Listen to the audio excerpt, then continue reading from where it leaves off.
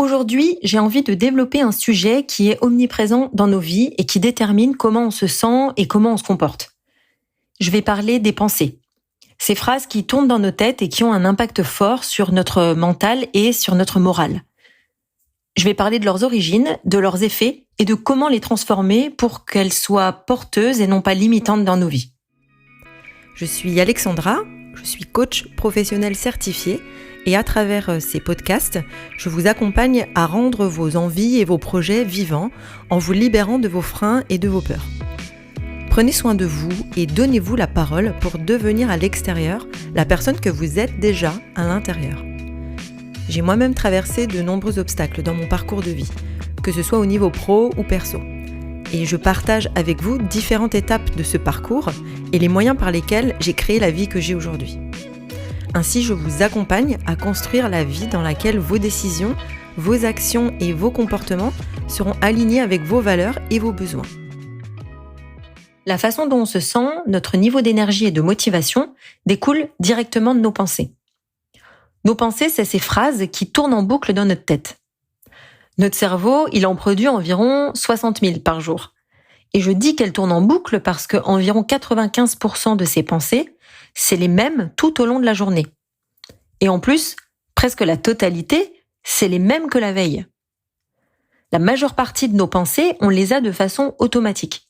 C'est-à-dire que notre esprit, il fonctionne comme un ordinateur qu'on a programmé au fil des années, de notre éducation, de nos expériences, de notre conditionnement. Alors transformer ses pensées, ça implique de le vouloir. Ça implique d'agir dessus. Parce que transformer ses pensées, c'est simplement décider de voir les choses autrement. C'est décider de tourner son attention sur d'autres éléments que ceux dont on est convaincu sur l'instant. C'est accepter de voir l'autre face de la pièce, qui existe, même si elle n'est pas visible. Si une pièce, par exemple, est posée sur une table, on ne voit qu'une face. Alors que si on la retourne, l'autre face, elle est bel et bien là, même si de prime abord, quand on regarde, on a l'impression qu'elle n'existe pas. Eh bien, la transformation des pensées, c'est exactement la même chose. C'est décider de voir l'autre face de la pièce, et donc de voir les choses autrement. Alors pourquoi faire ça ? Eh bien, en devenant plus conscient de nos pensées et de nos sentiments, on agit sur nos émotions et sur nos sensations corporelles. Notre comportement change et là, on s'offre la possibilité d'avoir plus de choix et plus de liberté. Souvent, on a une perception des choses, des événements qu'on constate un peu manichéenne, c'est-à-dire que c'est noir ou blanc ou c'est bien ou mal. On attribue assez rapidement et assez facilement une connotation positive ou négative aux choses. Et on a souvent tendance à dire d'ailleurs dans le langage courant, quand on parle de quelque chose, à y porter une forme de jugement, simplement en disant « Ah oui, ça c'est bien » ou l'inverse « Ah oui, non mais ça c'est pas terrible ». Et là, pas terrible, ça veut dire c'est mal. Et d'ailleurs, 80% de nos pensées, elles sont négatives dans la journée. Et il y a une explication à ça. Notre cerveau, il a ce qu'on appelle un biais de négativité. C'est-à-dire qu'il passe naturellement plus de temps à considérer les pensées négatives. Par exemple, il retient davantage les souvenirs liés à des émotions négatives que positives. Et aussi, notre vocabulaire, par exemple, pour décrire la douleur, il est plus riche que celui pour décrire le plaisir. Et donc, très souvent, quand il s'agit d'interpréter une situation, de raisonner et d'agir, le négatif l'emporte. Alors ce fonctionnement, c'est lié à une prédisposition innée génétique pour augmenter les probabilités de survie. En gros, c'est lié à l'évolution de l'espèce humaine. L'être humain, depuis son origine, il était plus tourné vers le danger potentiel pour survivre. Être concentré sur les risques et les dangers, c'était les pensées les plus importantes pour lui, parce que c'était vital. Aujourd'hui, bien que les risques aient changé, ce fonctionnement, il est resté ancré en nous. Et on est naturellement programmé pour appréhender des scénarios catastrophes. Et c'est aussi ce qui fait que dans les médias, par exemple, notre attention est plus souvent attirée par les mauvaises nouvelles que par les bonnes. Alors, il n'y a pas de fatalité à ce fonctionnement, et en conscience, on peut décider de transformer notre angle de lecture. Donc, si je reprends, on a souvent tendance à réduire chaque événement, chaque chose qu'on constate, à une connotation bonne ou pas. Et cette interprétation, Elle est purement personnelle et subjective. Et c'est ça qui est intéressant. Dans la mesure où ces perceptions sont propres à chacun, ça ne dépend que de nous. L'événement en tant qu'événement, il est neutre. C'est bel et bien l'interprétation qu'on en fait, la lecture qu'on en a, qui fait qu'on lui associe une notion de bien ou mal. Mais un événement en lui-même, il est neutre. Alors ça peut paraître simpliste dit comme ça, surtout dans des situations particulièrement douloureuses, où on peut se dire que la situation, elle est pas neutre, elle est juste douloureuse. Et parfois, la facilité à pratiquer le changement de pensée, ça dépend de la sensibilité qu'on a par rapport à l'événement, de la proximité qu'on a par rapport à ce qui se passe. Et bien sûr, ça dépend de l'intensité de l'émotion que ça va générer chez nous.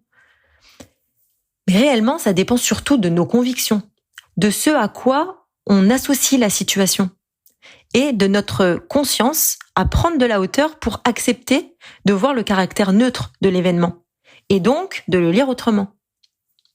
Mais c'est bel et bien notre lecture de la situation qui fait que c'est pénible à vivre ou pas pour nous. Si je prends volontairement un exemple fort, la mort. La mort n'est pas du tout perçue de la même façon selon les pays, selon les cultures et les croyances. Dans certains pays, rien n'est plus vivant que la mort. Le cimetière, c'est un véritable parc floral extrêmement bien décoré, et la fête des morts, c'est loin d'être un événement triste. Les pensées dans nos têtes, et donc notre interprétation des événements, elles sont construites à partir de notre éducation, de ce qu'on nous a dit, dans notre famille, à l'école, au travail. Ça dépend de ce qu'on a observé autour de nous, de ce qu'on a entendu dans les médias. Donc les phrases dans nos têtes, c'est la somme de tout ça. C'est ce qu'on a entendu et intégré depuis petit. Et quand on entend des phrases souvent, ça devient des pensées. Et quand ces pensées reviennent souvent, ça devient une croyance. C'est-à-dire quelque chose que le cerveau ne remet plus en question. Et à chaque fois qu'on est attentif à un événement, notre cerveau le lit en fonction de ce qu'il connaît, de ce qu'il croit. Donc la lecture, elle n'est pas neutre. Le cerveau, je l'explique souvent, il aime s'économiser. Et tout au long de notre parcours, on l'a nourri d'informations. On l'a programmé à un certain mode de fonctionnement, à un certain mode de pensée. On a créé des chemins de connexion directe. Tel fait égale telle pensée. Et plus il y a de croyances, plus le cerveau il est content. C'est OK pour lui. Il a plus à remettre en question les informations qu'il reçoit. Les chemins neuronaux sont créés et le mode automatisation et économie d'énergie sont lancés. Et des pensées qu'on remet plus en question, c'est-à-dire des croyances, on en a plein. Nos croyances, elles mettent constamment en place des mécanismes pour décider à notre place. Et donc ces croyances qui régissent nos actions et donc donnent la direction de nos vies. C'est ces mêmes croyances. C'est très important de comprendre et d'intégrer ça. Après, notre cerveau, il a une bonne intention en faisant ça. Sans cette programmation et ce mode automatique, on passerait notre temps à se poser des questions sur tout, toute la journée, et on serait épuisé. On vivrait chaque événement comme si c'était des expériences inédites, et donc on retiendrait pas autant les apprentissages de nos expériences passées. On questionnerait tout le temps, comme font les enfants. Et d'ailleurs, le fonctionnement des enfants, c'est bien la preuve qu'enfant, notre système de croyance, il n'est pas encore figé. Parce qu'enfant, on est sans cesse en quête de compréhension, d'information, de contenu. Alors qu'adulte, quand on observe une situation, on s'en fait pas une opinion à partir de rien. On se base sur ce qu'on a déjà vécu, sur nos références. C'est pour ça que deux personnes différentes, au vécu différent, qui ont grandi ou évolué dans des environnements, des contextes différents, vont réagir différemment face à un même événement, selon ce qu'elles en pensent et ce qu'elles croient être vrai. Nos croyances, elles sont ancrées en nous comme des vérités.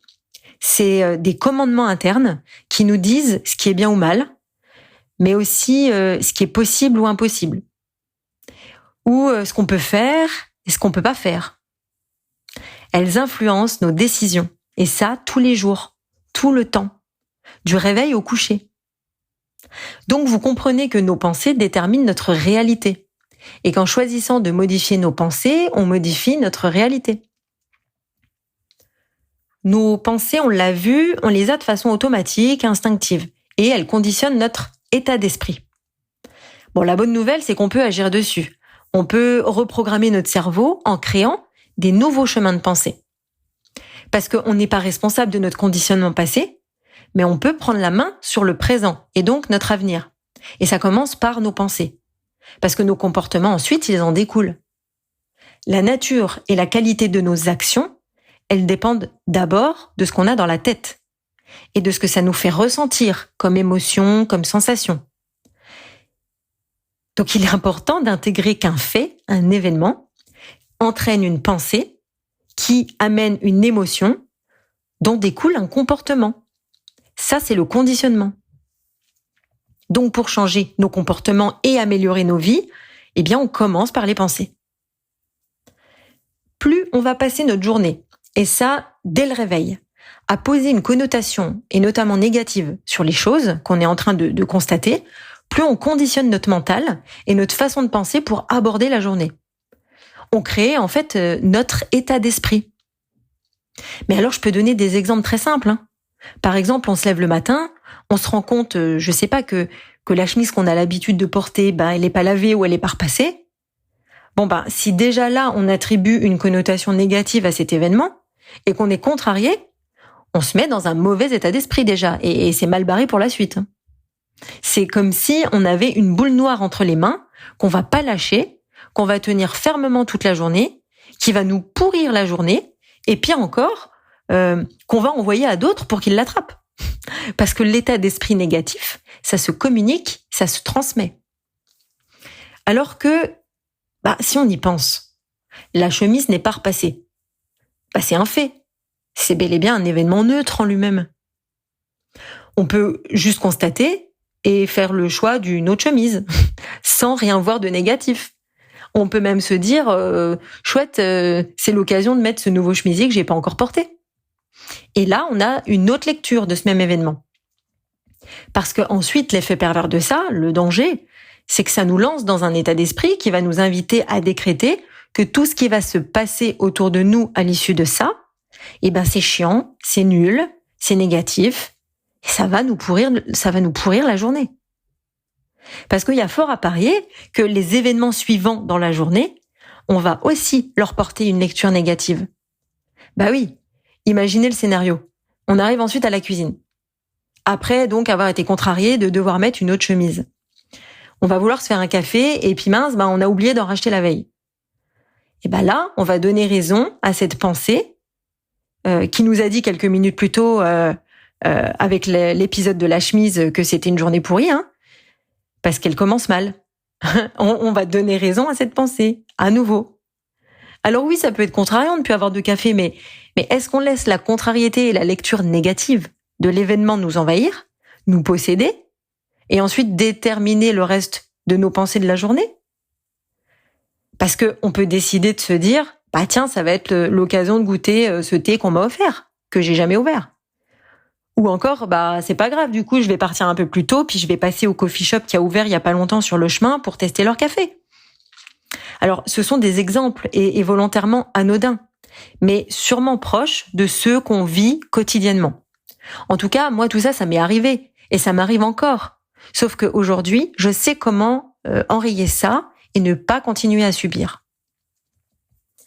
Et là où j'aimerais attirer votre attention maintenant, c'est sur le fait que ces exemples anodins, c'est plutôt des prétextes que on trouve pour justifier la pénibilité de notre journée. En réalité, ça cache souvent quelque chose de plus profond. Et ce quelque chose, plutôt que d'aller le chercher et le regarder en face, on contourne et on trouve des motifs, comme la chemise ou le café, pour faire valoir notre contrariété. Ces événements, c'est en fait plutôt l'arbre qui cache la forêt, comme on dit. Alors, je vous invite à vous demander qu'est-ce que ça dit de vous quand vous vous sentez contrarié ou stressé par un fait sans réelle gravité. Et donc, je reviens sur le fait qu'il est possible d'avoir une lecture autre des événements qu'on constate. En tout cas, d'avoir une lecture qui va nous apaiser, nous faire du bien, nous faire relativiser, et puis nous faire continuer la journée finalement avec le sourire et pas avec la tête en vrac, en malaxant notre boule noire et en se disant que de toute façon la journée elle a mal commencé donc elle est ratée. Parce que souvent, c'est comme ça que ça démarre. 1, 2 ou 3 contrariétés au réveil, en tout cas des événements où on a décidé que c'était des contrariétés, on a accepté de leur attribuer cette place. Et on a même ruminé ça parce que à coup sûr sur le trajet ensuite pour aller au boulot, on a ressassé cette succession d'événements en décrétant fermement que la journée commençait mal. Et on prépare, on alimente notre cerveau à voir tout ce qui va nous contrarier dans la journée. Le cerveau, encore une fois, il fonctionne comme ça. Si on lui donne une affirmation, il va faire tout son possible dans la journée pour venir nous prouver qu'on a raison. Et là, en l'occurrence, l'affirmation de départ, c'est « la journée va être pourrie ». Alors vous imaginez la suite. Donc c'est pour ça que dès l'instant qu'on rentre dans ce cercle vicieux, si on décide pas de l'enrayer et d'en sortir, et tant qu'à faire le plus tôt possible dans la journée, je vous laisse deviner la qualité de la journée qu'on va passer. Le cerveau, il s'économise de base. Si on prend pas la main pour diriger nos pensées, pour faire autrement, de façon basique, le cerveau, il emprunte toujours les mêmes chemins. Il reproduit sans cesse les mêmes schémas. Quand on laisse faire, on subit. On est en mode automatique. Et rappelez-vous, le négatif l'emporte.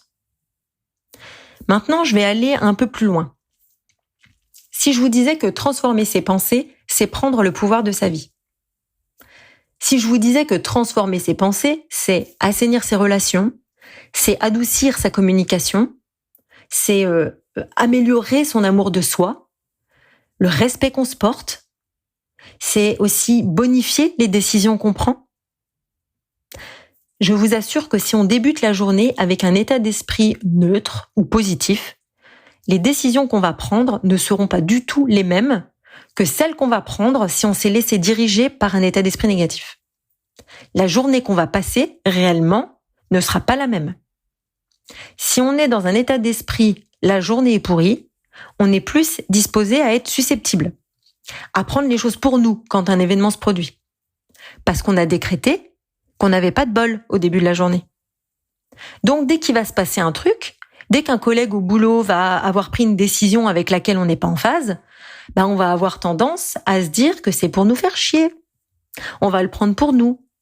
Dès qu'on va recevoir un SMS de notre conjoint qui annonce un changement de programme, on va se dire qu'on en était sûr. Dès qu'il y aura une phrase qui va être dite un petit peu plus forte qu'une autre dans la journée, on va se braquer et on va le prendre pour nous. On va se sentir blessé.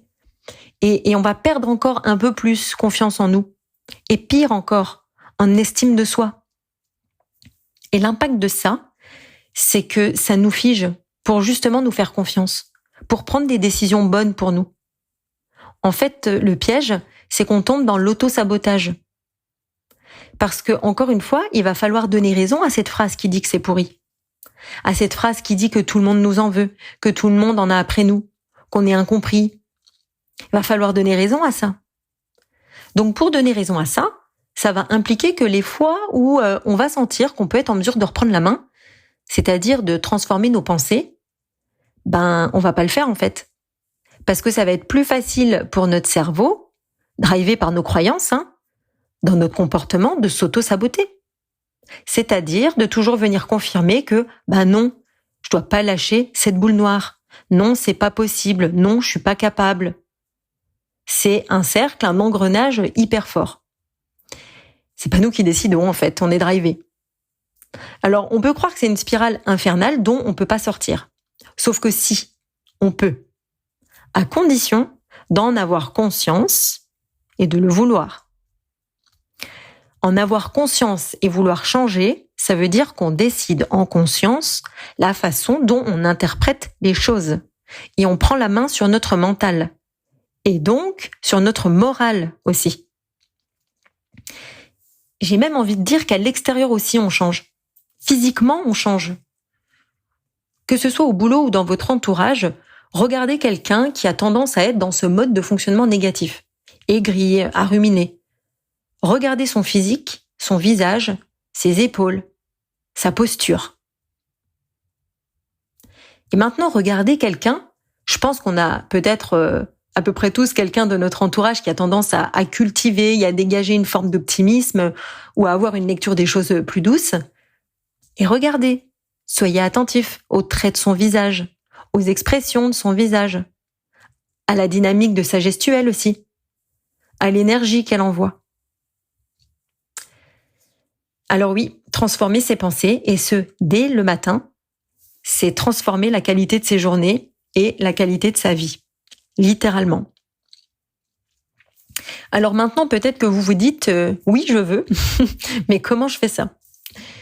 Parce que jusque-là, j'ai dit qu'il suffisait de voir les choses autrement, mais j'ai pas développé comment. Alors voilà ce que moi je fais, et si je vous le partage, c'est parce que ça fonctionne. En tout cas pour moi.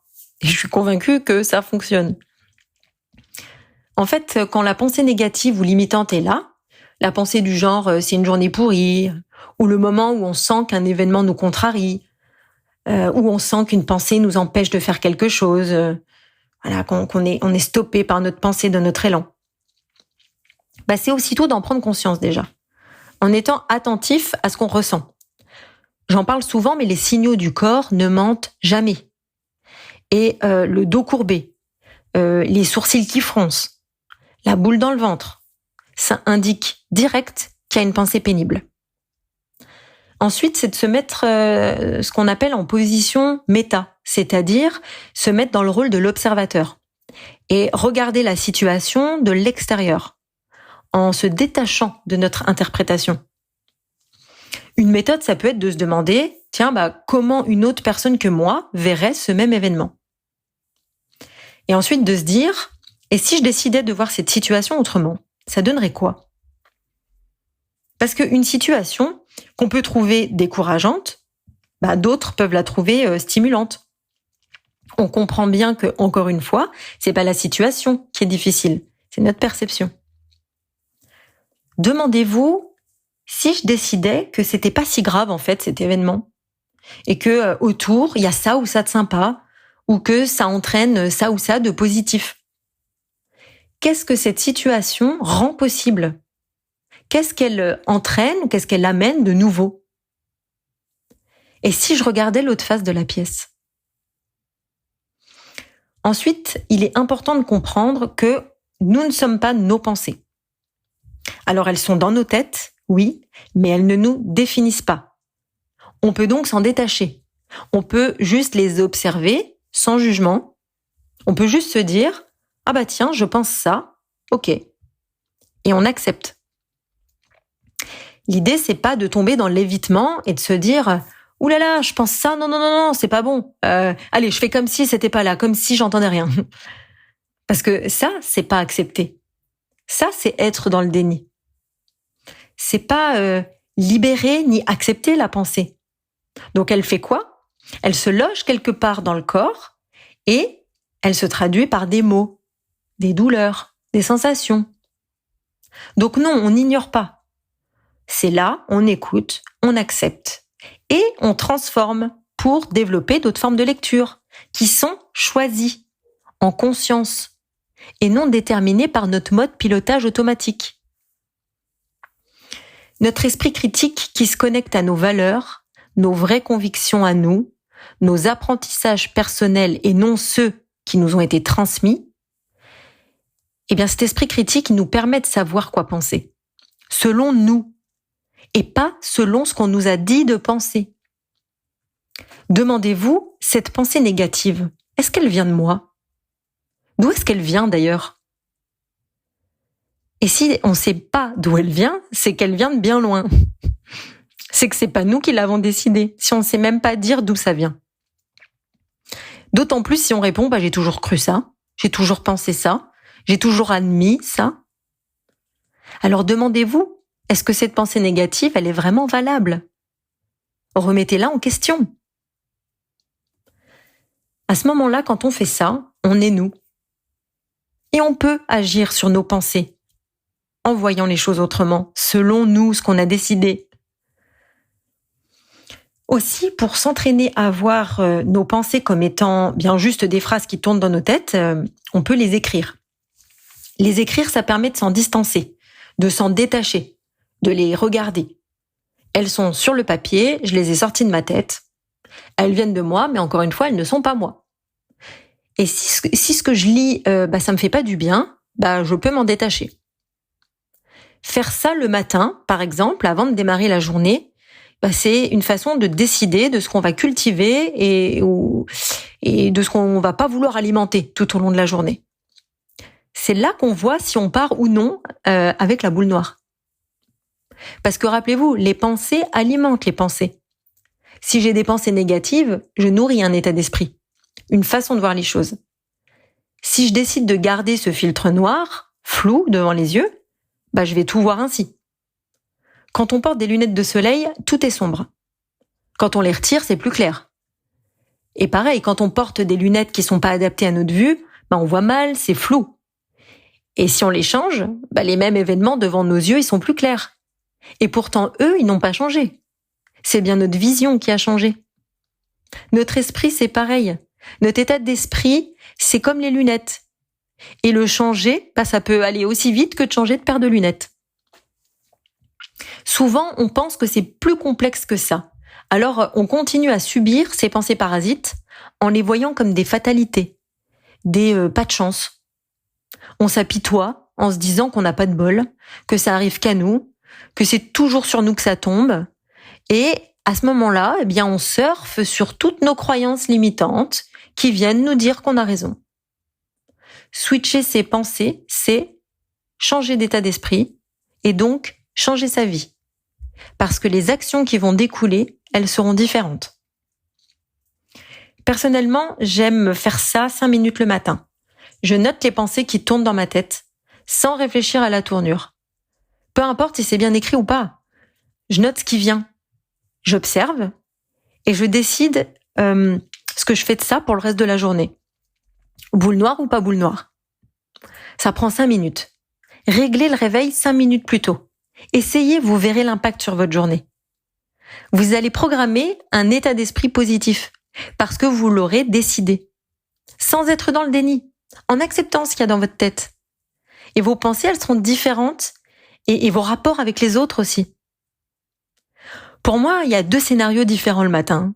Il y a celui-ci et il y a celui où on se lève juste à temps pour se préparer, pour faire ce qu'on a à faire et partir. C'est calculé, millimétré, il n'y a pas la place pour l'imprévu ou pour du temps pour soi. Et du coup, s'il y a un imprévu, la chemise n'est pas propre par exemple, c'est la cata. C'est la boule noire, journée pourrie, c'est le cercle infernal. Souvent le matin, on agit par réflexe, sans se connecter à soi, à son corps, à ses pensées, à ses idées. On agit comme un robot qui sait ce qu'il a à faire pour se préparer. Et on part bosser. Pareil, l'énergie, elle n'est pas la même si on a pris le temps de faire autre chose que des tâches automatiques, dès le matin. Et je parle de quelques minutes pour soi, pour se connecter à soi et déterminer le ton et l'état d'esprit de la journée. Je ne parle pas forcément de se lever 2 heures plus tôt. Et la bonne nouvelle aussi, et je finirai là-dessus, c'est que le cerveau, il ne sait pas penser à 2 choses en même temps. Donc, on ne peut pas penser à une chose négative et à une chose positive en même temps.